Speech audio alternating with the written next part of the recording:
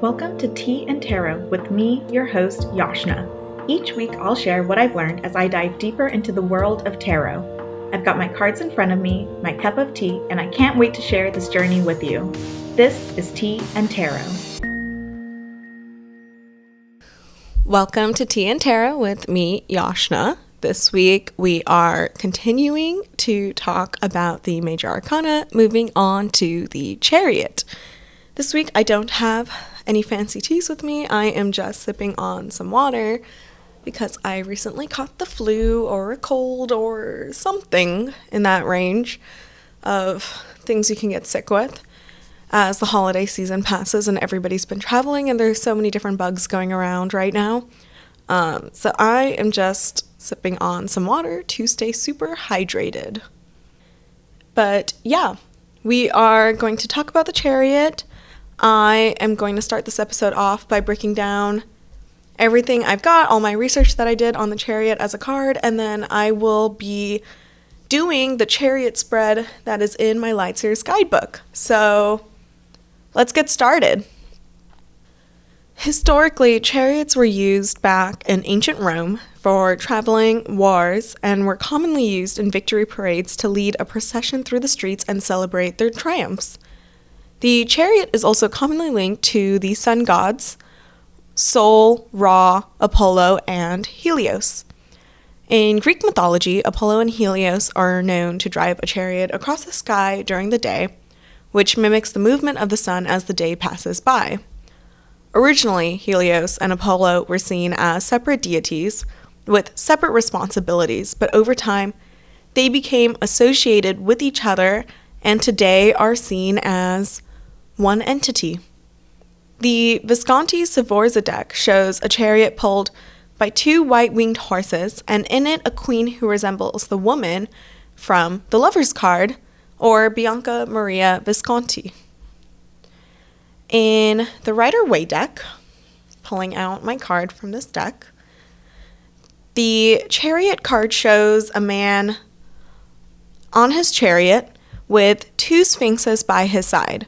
He is a traveler that is determined to stay on his path as he carries all the lessons he's learned from the prior Major Arcana cards.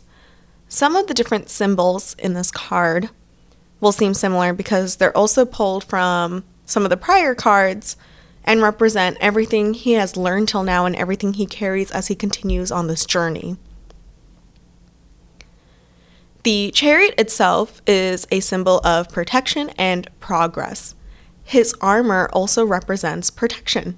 The breastplate has a square symbol on it that signifies the four corners of the earth, and the crescent moons on the shoulder represent the divine.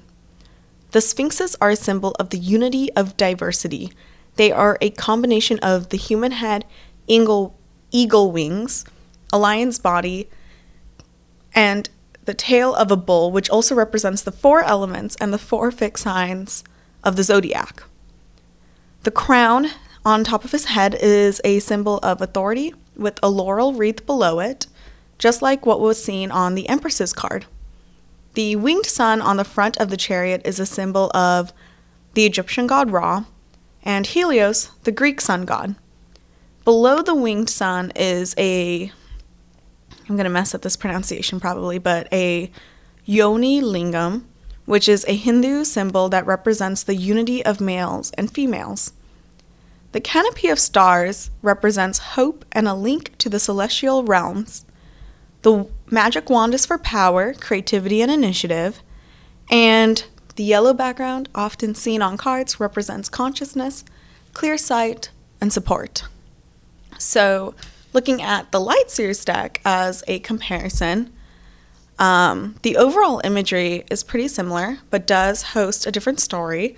So reading the Chariot story from the Light Seers guidebook, the charioteer is perched steadily atop his carriage, galloping towards his destination. Energetic rains of light and shadow flow down from the cosmos and direct his movement. And while these celestial forces seem like they are headed toward opposite paths, he coaxes them forward toward one destination. They rush ahead quickly, working with one another as he remains laser-focused, determined, and on the move. He controls his trajectory through sheer willpower and rushes to the best version of his future by taking inspired action. He knows his time is precious and that he must act in order to ride the momentum of this energy. To stay is to stagnate, and he wants to evolve, knowing that lessons will unfold as he speeds on to these new experiences. Looking up at the starry sky, he knows he is never alone, and that spirit is with him always. The spinning shadow and light energy twists into a path before him, showing him the way forward. Galloping ahead, he feels his power arise, and from the back of his throat, the words, "I am," begin to emerge, and he smiles, feeling fully alive and ready to take on the world. As noted with the story as well, there's a swirl of light and shadow showing that he is harnessing both powers. The chariot lights symbolize bringing your magic with you on your journey. The energy is all flowing in one direction, helping pull the chariot forth. The colors all represent different things. The red is for passions, the purple is for intuition, and the yellow is for willpower and determination. The chariot's velocity is about speed and gathering momentum. The star canopy of the universe is for the divine help and guidance. The water is about using your intuition. And finally, the two horses represent duality and the yin-yang balance. The message that comes from the Rider-Waite deck for this card is take charge and reach for the stars. In the Light Seers deck, it's now. Today's determined actions will amplify your sense of purpose and resolve tomorrow. The Light Seers quote that shines with optimism is, "I choose who I am becoming, and I run towards it with conviction and consistent motion." In the forward position, this card is all about victory, speed, action, determination, willpower, success, travel, being in control, and the unity of opposing energies. In the reverse position, it can mean haste, lacking energetic focus, needing self-discipline, charging ahead aimlessly, self-doubt, and lack of control. As noted above, chariots were used to charge into wars and to demonstrate triumphs, and it carries that same energy into the meanings I was talking about and with any kind of spread that you do with this card. So, if you're taking it into more specific readings, in a love reading, it could indicate needing to charge forward and conquering your emotions. This card does represent dual energies coming together and could be assigned to focus on meeting your partner where they want to meet and balancing each other out. It's worth noting that in the reverse, it means the opposite and indicates slowing down and taking account of what's going on in your relationship right now, taking a step back from it. When doing a career or money reading, the focus for this card is on the ambition and success part. You need to charge forward to make things happen and to achieve what you want. In the reverse, it can mean you're trying to charge too fast. Around health, it can mean getting a bout of energy after being down for a bit and persevering in what might be happening. And finally, around spirituality, it could mean that you're at the beginning of a new journey and need to continue to step forward. Make sure you focus on what's important as you step into this new journey. So I couldn't let this episode just end over there. So I did do some little fact finding and found some random trivia bits on chariots in general. In ancient Rome, chariot racing was a big pastime and a huge spectacle, only held on occasion for special events and festivities. The Circus Maximus was one of the biggest races and would have nearly 250,000 people in attendance to watch. Circus is Latin for circle and talks about racing in loops. The most common type of racing involved completing 7 circuits as marked by dolphins, which were sacred to Neptune, the god of the sea and horses. And it would also be marked by eggs, which were sacred to Castor and Pollux. Chariots could be pulled by 2 or 4 horses, and usually 12 teams competed at once. For racing purposes, chariots needed to be as light as possible, often using wicker and leather instead of what's typically seen as movies, so it'd feel more like surfing in a basket on wheels rather than this heavy-set chariot that might be used in a war instead. During these races, boys called sparsors would have the role to sprinkle water on the track to keep the dust from rising too much and injuring the riders. The job was dangerous as sometimes these boys would get hurt or trampled by the horses. Winners in the races would receive 3 things. 1, a palm branch. 2, a crown for their victory. And 3, a cash prize for them to spend. The palm branch was a sign of victory, but has also been used as like a symbol of peace after wars. So it has been used with a lot of these victories and triumphs as a significant symbol.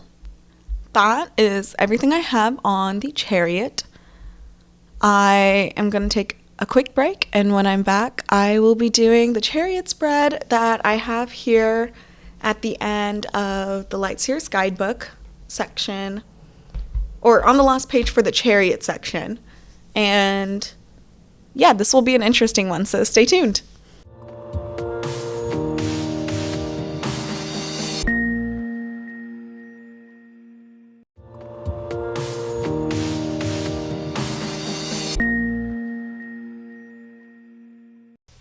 Hello, I'm back, and I'm going to do a little tarot spread.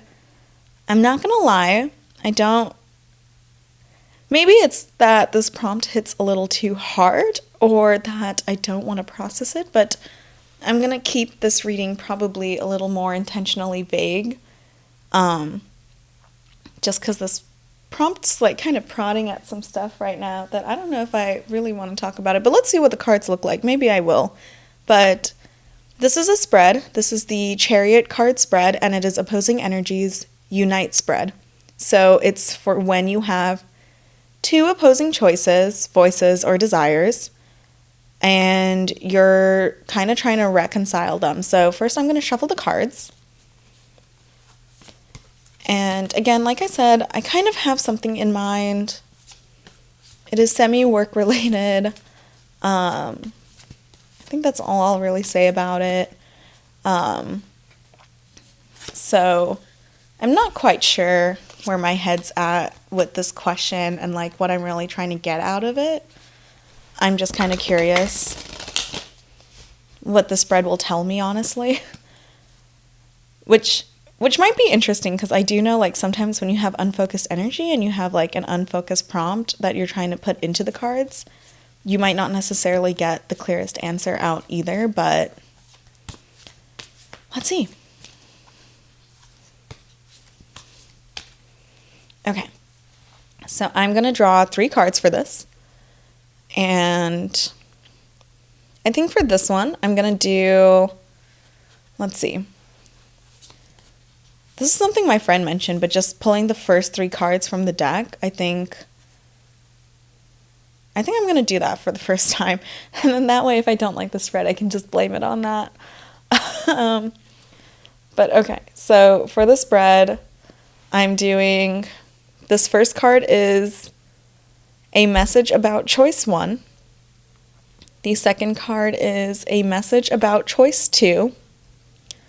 Interesting. And the third card is a final comparison card and how you kind of reconcile them with each other. So yeah, let's think through this one a bit. A message about choice 1. This card is about patience. It's about kind of waiting. It's a card that's really like, you've put in this work. You have like planted the seeds of your passions, of your creativity, of your fruition, and now you're just patiently waiting to see what happens and what your future brings. Hence the surfer gazing out into the water. I also love surfing, so that's a fun nod there. The Queen of Cups is very much about intuition, about your emotions, making sure you're tapped into it. I'm actually going to take a quick look at that card because I'm not as familiar with it, honestly. So let's see what what she says in here. Yeah, it's about empathy, leading with your heart, and healing. Very much like tapping into your emotions and doing what feels right for what your interests are, what you care about. That is very interesting. I'm just double checking now the Three of Wands. Yep, this is what I was thinking of. It is about waiting for the results of your effort, career and business wins. And then the Ten of Pentacles kind of is what it looks like. It's about family and community and I think achievement. Yeah, it's about wealth, prosperity, positive outcomes, and reaching your goal. So, okay, let's go back to the spread. I think I see what these cards mean, and I think this is really piecing together something that speaks a little too hard to my soul right now. But basically, I think the way this is kind of being conveyed is there's kind of this first choice around being patient and waiting and really trying to see like how your career wins and accomplishments shape out. There is the second choice around focusing more on your emotional well-being, tapping into what feels right rather than just waiting, or maybe doing something more around like your personal life, especially if like the Three of Wands is more career focused. But around one of the prompts in this is now compare their meanings. Where do they overlap? What connects them? How can you get them both in the same direction? And I think one thing that does connect them is about like, how do you want to succeed? The Three of Wands is about feeling fulfilled, like knowing that what you've been working towards is coming to fruition. And the Queen of Cups is about tapping into what makes you happy. Like, are you getting where you need to be to also be happy and feel emotionally stable? Do you feel healed inside? And I think where they overlap is around goals and what you're doing, and if it matches what you want to be doing, maybe working towards a goal, and that goal, which is this last card, which is kind of clarifying where you should focus your energy, is like long term, what's the plan? What's the goal? And yeah, positive outcomes, success, family, and having a strong community would be nice. So in terms of where to focus that energy, it is around like, what are the things I need to do to reach that goal? And I think there's bits within my career that I need to focus on, but then there's the bits of my own internal healing and my own internal journey that I need to focus on as well. So this is really interesting. I don't quite know what the decision is in these choices, but I think it is a little bit of you need to balance both out in order to reach this goal. So that's interesting. That's an interesting spread. That's not quite what I was expecting as I did this one, but it was a good spread. Okay. That's the Chariot. That's the Chariot spread. That's the Chariot card. Tune in next week for a fun special episode feature. I am doing my next album breakdown as tarot cards. This time I am moving on to one of my all-time favorite artists, Taylor Swift. So tune in next week to see that spread.